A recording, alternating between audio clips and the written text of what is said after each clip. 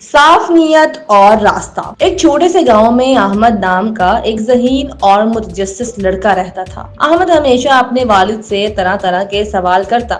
اس کا سب سے بڑا سوال یہ تھا، ابا، حلال اور حرام میں فرق کیا ہوتا ہے اور کیوں کہا جاتا ہے کہ حرام کا انجام برا ہوتا ہے؟ احمد کے والد، جنہیں گاؤں والے حاجی صاحب کہتے تھے، ایک دیانت دار کسان تھے۔ انہوں نے ہمیشہ احمد کو بتایا کہ رزق حلال اللہ کی خوشنودی کا ذریعہ ہے اور حرام انسان کی زندگی کو مشکلات سے بھر دیتا ہے۔ لیکن احمد کو یہ بات عملی طور پر سمجھ نہیں آ رہی تھی۔ ایک دن احمد کے والد نے اسے اپنے ساتھ کھیتوں میں کام کرنے کے لیے بلایا۔ راستے میں انہوں نے کہا، بیٹا، میں تمہیں ایک کہانی سناتا ہوں۔ ایک شخص تھا، اس نے ساری زندگی حلال کا راستہ اپنایا اور دوسرا وہ جس نے حرام کا۔ دونوں کے انجام میں فرق دیکھو تو تمہیں سب سمجھ آ جائے گا، لیکن یہ سبق تب تک مکمل نہیں ہوگا جب تک تم خود اسے زندگی میں محسوس نہ کرو۔ احمد کو یہ سن کر تجسس ہوا۔ وہ بازار جانے کی اجازت لے کر اپنے سوال کا جواب ڈھونڈنے نکلا۔ بازار میں احمد نے 2 دکانوں پر نظر ڈالی۔ پہلی دکان رحیم کی تھی، جو بہت دیانت دار اور خوش اخلاق تھا۔ اس کی دکان پر رش لگا رہتا تھا اور لوگ اس کی تعریف کرتے تھے۔ رحیم کی ہر بات میں سچائی جھلکتی تھی اور وہ گاہکوں کو پوری دیانت داری سے سامان دیتا۔ دوسری طرف کریم کی دکان تھی۔ کریم ہمیشہ کم تولتا اور گاہکوں کو دھوکہ دے کر زیادہ پیسے بٹورنے کی کوشش کرتا۔ اس کی دکان پر کچھ گاہک آتے، لیکن وہ زیادہ دیر ٹھہرتے نہیں۔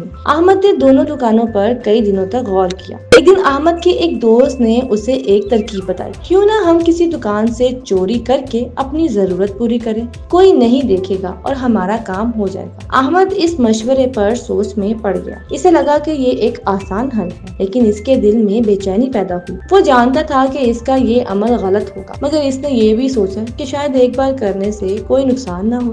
وہ رات کو چپکے سے کریم کی دکان کے پاس گیا۔ جیسے ہی اس نے قدم بڑھایا، اسے اپنے والد کی باتیں یاد آ گئی۔ حرام وہ ہے جو وقتی فائدہ دے لیکن سکون چھین لے، اور حلال وہ ہے جس میں اللہ کی رضا ہو۔ احمد فوراً رک گیا اور فیصلہ کیا کہ وہ کبھی غلط راستہ اختیار نہیں کرے گا۔ احمد اگلے دن رحیم کے پاس گیا اور اپنی پریشانی بتائی۔ رحیم نے مسکرا کر کہا، بیٹا، زندگی میں ہمیشہ وہ راستہ چننا جو سیدھا اور سچائی پر مبنی ہو۔ حرام کی کمائی کبھی سکون نہیں دیتی۔ حلال کا راستہ مشکل ہو سکتا ہے، لیکن اس کا اجر ہمیشہ بہتر ہوتا ہے۔ رحیم نے اپنی زندگی کی مثال دی، میں نے بھی بہت مشکلات کا سامنا کیا، لیکن میں نے کبھی جھوٹ اور دھوکہ دہی کا راستہ نہیں اپنایا۔ اللہ نے میری محنت میں برکت دی اور آج میرے بچے خوشحال ہیں۔ احمد نے فیصلہ کیا کہ وہ ہمیشہ حلال کا راستہ اپنائے گا، چاہے وہ کتنا ہی مشکل کیوں نہ ہو۔ اس نے چھوٹے پیمانے پر ایک کام شروع کیا اور رحیم کی طرح دیانت داری سے کام کیا۔ وقت کے ساتھ ساتھ اس کا کاروبار بڑھنے لگا اور لوگ بھی اس پر بھروسہ کرنے لگے۔